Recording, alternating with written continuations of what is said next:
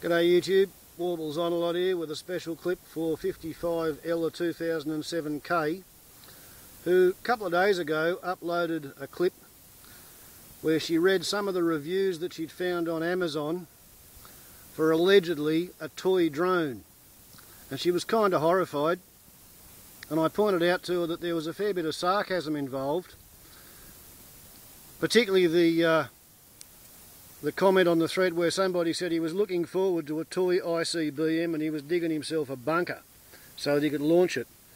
And I said to Ella, well, it's obviously sarcasm because a company called Estes has been selling toy intercontinental ballistic missiles since the 1960s, possibly the 50s. And I said to her that I used to have one with a camera on the end of it. There's the brand name of the company, Estes. This is an Estes Alpha rocket. It's sitting on its launch pad, and the way the thing's constructed, it can be angled to fire horizontally or vertically.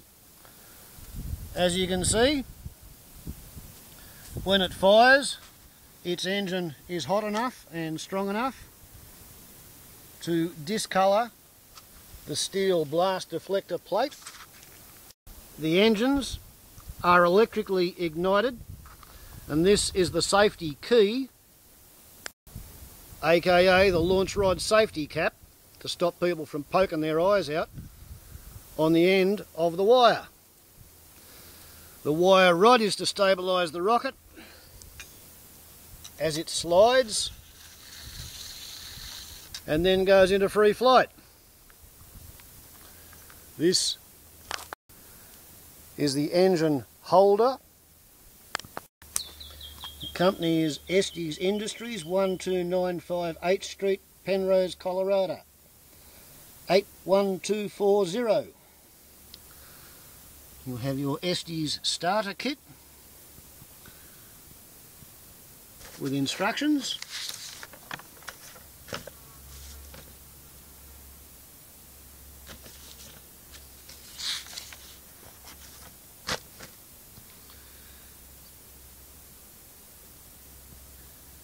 Showing how to put together your gunpowder powered solid fueled rocket with its electrical igniter. And in order to get a circuit, you must put the safety key into the igniter box. The rocket has flame-proof wads of paper. It has a parachute, it has a rubber shock cord and a detachable nose cone. The disposable engines cost about $4 each. The igniters cost about $1 each. The igniter goes into the engine with some sticky tape over the end. The primed engine goes into the back of the rocket.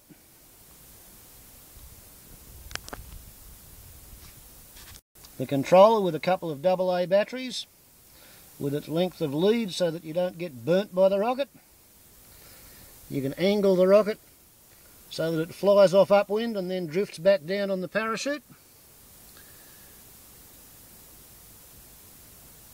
It's not rocket science, it's just rocketry.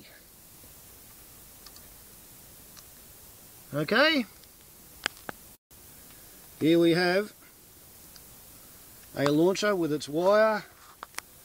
I've actually got one remaining igniter. I don't have any spare engines. I don't even have any used engines, I don't think. All that stuff comes in its own little box. And the Astrocam 110 got its first launch on the 23rd of May 1989. The igniters come in a little packet. The flame-resistant parachute wadding comes in a different packet. This Alpha is pretty much a beginner's level entry toy, although it will take a fairly large engine and you can put it up 3,000 feet. Here we see a cross section of the engine. You've got a clay nozzle, you've got your high thrust propellant, you've got your timer delay charge, then you've got your bursting charge and a clay retainer cap, so that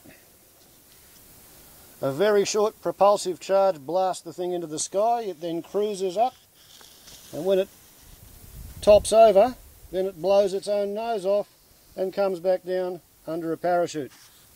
Marvellous fun for all your little Cold War kiddies.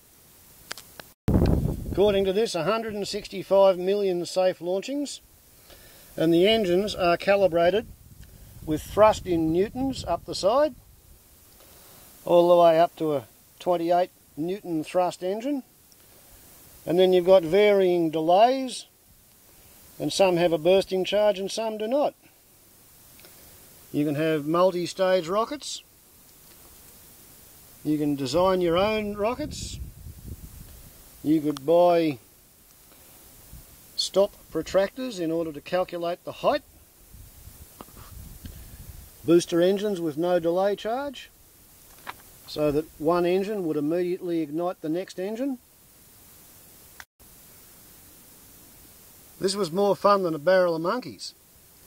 And here we have the Astrocam 110, which had a 110 film camera built into the nose cone with a mirror so that it faced out the side and the mirror focused light from the front, and used one of two different delay on the engines so that you would either go up 2,000 feet, arc over the top and take a photograph of the horizon, or go up 2,000 feet, arc over the top, point straight vertically back down and take a photograph of the person standing underneath it. The ultimate payload is the Astrocam 110, a model rocket camera that takes incredible colour photos from hundreds of feet in the sky. The Astrocam 110 is fun to build and fly and can be easily used for science fair projects and other experimentation. Best of all, it uses standard 110 pocket camera film, which can be processed locally. Used to work out at something like $5 a shot.